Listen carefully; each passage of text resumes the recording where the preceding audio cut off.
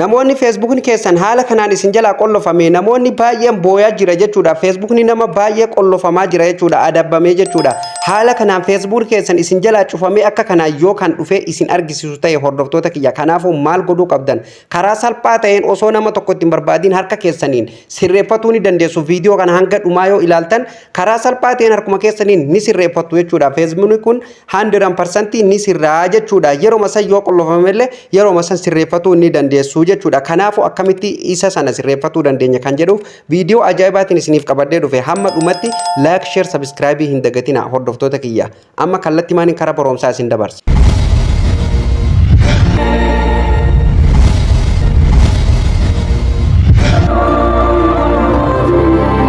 Egaan hordoftoota fi kabajamtoota walitti deebinee jira. Facebook keenya ka qollofame akka kanaan kan nu jalaa qollofame akkamitti banatuu dandeenyaadha, akkamitti sirreeffatuu dandeenyaadha kanarra isiniif qabadhee dhufe. Ammallee suman isin barsiisa hanga dhumatti like hin dagatina. Nafaana bu'aa isteeppii baay'ee salphaadha, daqiiqaa muraasa keessatti sirreeffatuu dandeessu. Eega akkanatti isinii dhufe hordoftoota kiyya maal gootan Facebook kana gama gadii kanaan filannoo isiniif kennee jira jechuudha. Get started ka jedhu kana kallattimaan cuqaastu. Sana booda haala kanaan fuula kana qabatee isin dhufu hordoftoota kiyya. Wanti kun kan beekuu qabdan waan isin balleessitan irraa dogongora isin Facebook irratti dogongortan irraa isin adabaa jira jechuudha. Kanaafuu maal godhuu qabna? Karaa salphaa ta'een sirreessuu qabna jechuudha hordoftoota kiyya. Tole amma asirratti kun akkaawunti confirmed kan nu jedhu kana haala kanaan yoo inni isin dhufe jala kanatti gadi buutanii jechuudha. Next ni jirti. Next cuqaastanii gara fuulduraa deemtu. Hordoftoota kiyyaama asirratti Feesbuukni abbaa kanaa maal ta'e jechuudha, lakkoofsaa fi iimeela irraa jijjiiruu irratti jechuudha. Hanga eeyyamameen alatti waan inni yeroo irra deddeebiin itti yaaleef jechuudha. Feesbuukni kun adabee harkatti qollofamee jechuudha.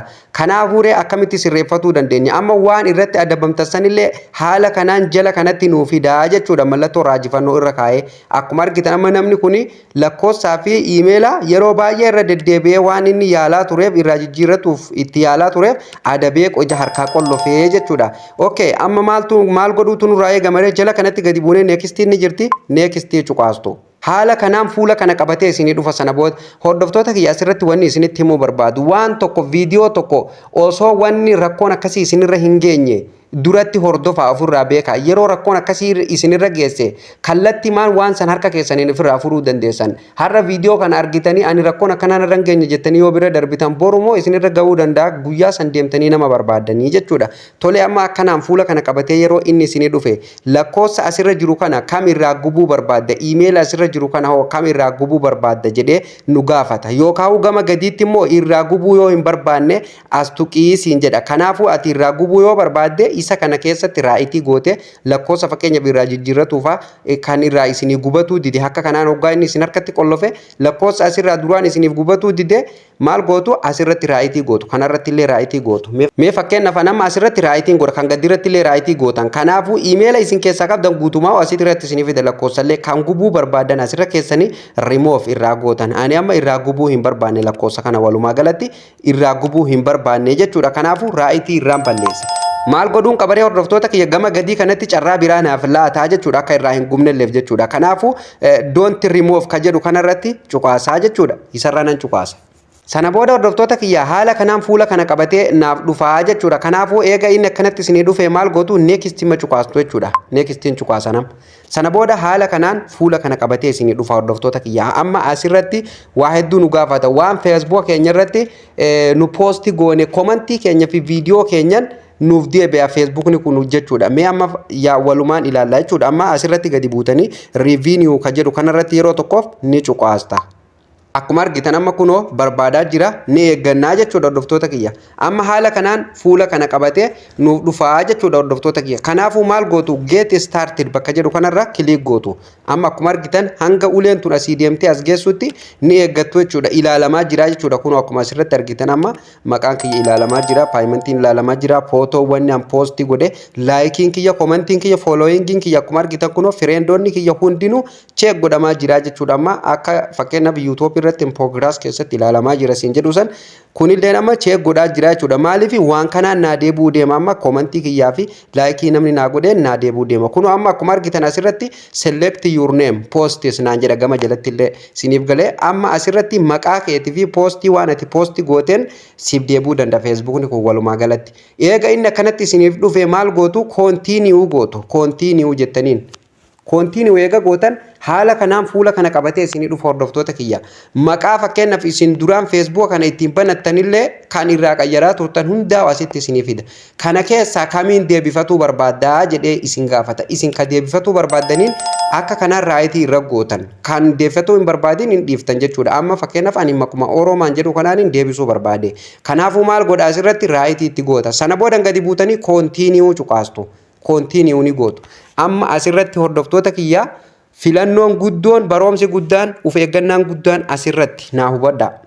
Eega inni akkanatti isinii dhufe akkuma argitan amma hordoftoota kiyyaa reefuun tana akkuma reefu mata duree irratti isiniif tuquuf yaalesan hin irraanfatin waan reefu isiniin jedhe komantii fi waan poosti gootaniin isiniif deebi'aan isiniin jedhe kun akkuma argitan amma asirratti check your recent posts jedha jechuudha hordoftoota kiyya maal jechuudha kana jechuun fakkeenyaaf waan isin poosti gootaniin ilaaltanii deebifattu jechuudha fakkeenyaaf waan duraan Facebook keessan irratti poosti gootan kan namaatiin wal keessa mix godhee wal keessa naqeet isinii fidaa jechuudha kanaafu isin laaluu fi jechuudha maal gootan isin keessan qofarratti kunoo sanduuqni fuula dura isaa jira geengoon viidiyoo keessa yookaan poostii keessan qofarratti cuqaastu fakkeenyaaf hordoftoota kiyya geengoo kana keessatti meeqa ibsuu qabna raayitii meeqa 5 ol nuun jedha kunoo akkuma argitan select all 5 nuun jedha hordoftoota kiyya kanaafuu maal godhuu qabna amma fakkeenyaaf viidiyoo kana kiyyumaa jechuudha viidiyoo namaatii miti irratti raayitii guuta yoo dogongortan Facebookni keessan lammaffaaf deebi'ee isin adaba malee isiniif hin banamu kana hubadhaa hayyee amma maal godha kan lammaffaa kanarratti illee raayitiin godha viidiyoo kun kiyya waan ta'eef jechuudha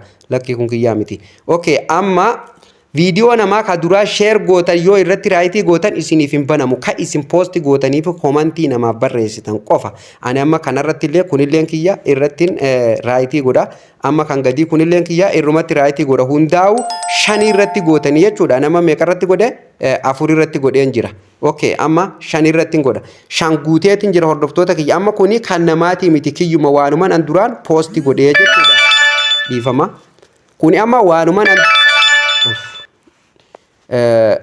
dhiifama risaalaa wayii miseejii utunas seenee hordoftoota kiyya isin jeequu kiyyaa fi kanaaf hordoftoota kiyya maal gootu asirratti amma 5 kanarratti eega kana geengoo kanarratti ibsitanii jala kanatti gadi buutanii continue ni jirti kun akkuma argitanii continue ka jedhu kanarratti kilik goota yeroo tokkoof xumurtanii jirtan asirratti check godhatu qabda waan fakkeenyaaf ufii keessanii harka keessaniin Facebook keessanirratti posti gootan qofa tahuu qaba jechuudha wanti isin asirratti cuqaastan kun isiniif galaami hordoftoota kiyya kanaafuu jechuudha gama gadii kanarratti eega keessan tahuu check gootanii continue gootu continue cuqaaseen jira nam sana boodan hordoftoota kiyya haala kanaan fuula kana qabatee nuuf dhufaa jechuudha hordoftoota kiyya kun akkuma argitan asirratti select your name post nuun jedha ammallee jechuudha deebii akkuma reefun tanaa sanitti hordoftoota kiyya siniif galaamiti kanaafuu jala kanatti gadi buutanii go to new find ka jedhu kanarratti yeroo tokkoof ni cuqaastu irratti cuqaastu yeroo isin cuqaastan waaw kun olaal amma haala ajaa'ibaatiin Facebookni banamee jira jechuudha haala hin eegamneen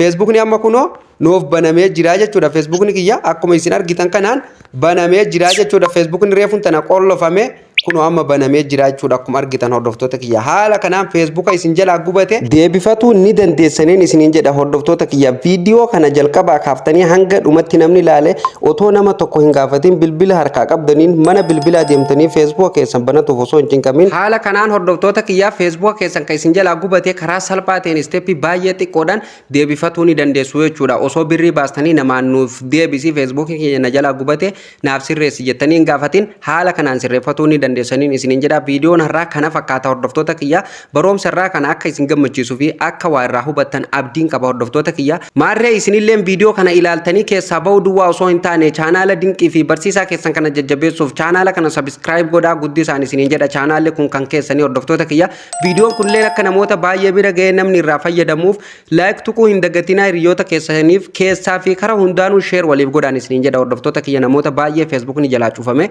cinqamaa jira waan ta'eef share walii godhuu hin dagatinaan isiniin jedha yaadaa fi komii qabdan bakka isiniif hin galiin komentii jalatti naaf barreessaan isiniin jedha kan isiniif deebisu ta'a viidiyoon har'aaf qopheeffadhe asuma irratti kan raawwatu ta'a viidiyoo itti aanuun hanga walitti deebinutti turtii gaarii qabaadhaa.